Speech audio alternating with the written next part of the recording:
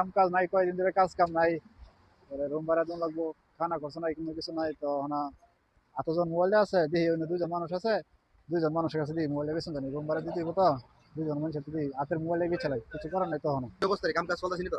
এই কোন রকম আছি, কোনো রকম? বেশি নাই। এই 2 দিন করি 2 দিন নাই, এই অবস্থা। ঠিক আছে, কাজটা আমার হাল বেশি ভালো না। ভালো না বেশি একটা? না। সুবিধা না? না, সৌদির অবস্থা মোবাইলে বেচলাম হলে। কত হইলে বেচবা? মোবাইল, এটা কি মোবাইল? ভিভো। ভিভো কত? 8 GB র্যাম, 556। কত হইলে বেচবা তুমি?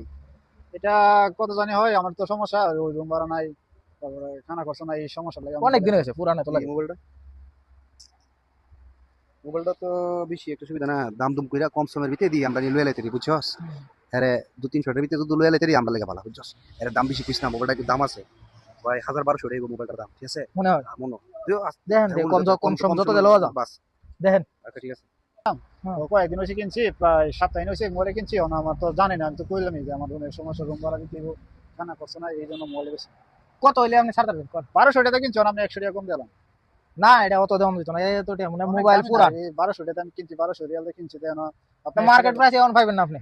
আচ্ছা 100 টাকা কম দিলাম, মার্কেট প্রাইস কইলে তো 1200 হয়। না, এত দেওয়া দেবো না, 200 টাকা দিবেন। 200 টাকা মোবাইল আছে, এটা একটা কথা বললেন।